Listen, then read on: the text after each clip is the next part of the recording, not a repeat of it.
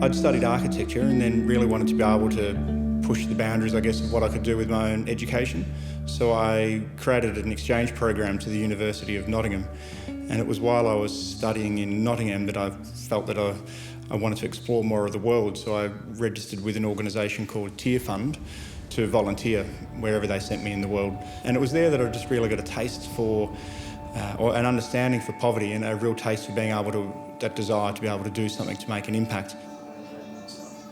We went on a 2-day trek up into the mountain region, and that's where you really do see extreme poverty, where people are just living in basic mud huts. And I wrote a note to myself in my journal at that time, which has never escaped me, and it was a note that simply said, if I'm not doing something to impact the lives of others in 10 years' time from now, then I'm a failure.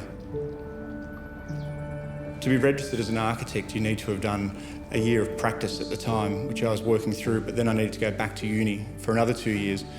And it was the last day of university that I went straight back to India. And that time I spent 3 months there, travelling all around, and I crossed paths with another organisation and ended up working with them to design and build their first children's home and community centre. And it was there that I started to really get a better understanding of what could be done at a small local scale to be able to have what I call this ripple effect in whole communities. But I'd always had this desire, even though I'd worked several months in India, to do something in Africa. I gathered a team together of about 15 people, and we were heading over there to start pioneering this new idea of establishing our first children's village. The idea that we first went over there to establish is now, 10 years on, what is known as One Heart Foundation. And what One Heart Foundation is about is simply creating sustainable communities for orphan and abandoned children.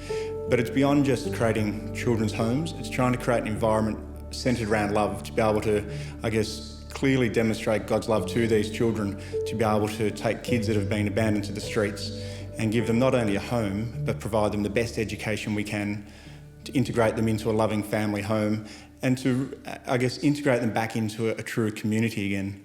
So now, 10 years on, we have 2 children's villages, and we are the legal guardians of 75 orphan and abandoned children. And we've established our first primary school, where we now educate around 200 children from the local community, and almost as we speak, we're starting the construction of a new high school as well. To God, every life is equal. Every life is of the same value. And I think that our call or my motivation is to be able to treat people in the way Christ would, and that is to not separate us and them or rich and poor. It's essentially, what are the needs of people and how can I be part of the process in helping them? I started to think one day, what is Kenya famous for? What's unique about it? And I realised running is a great way to be able to connect with people here. So fortunately, we made some connections with some of the most famous athletes in Kenya, current world record holders and world champions.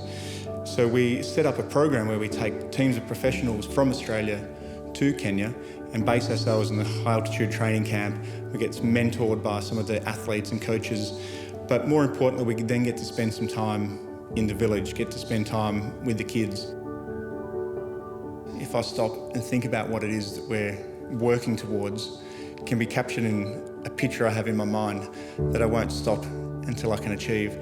And it's simply sitting on a deck of a humble guest house that we're going to build on the banks of the river in our children's village in Kenya, but surrounded by the One Heart kids, but also my own children, sitting there, being part of that community, looking around, knowing that through the small sacrifice that we've made as a family, that I've made by establishing and growing this work, that it's those kids' lives that will be changed forever and generations beyond that. That for me is the most satisfying thing I could do.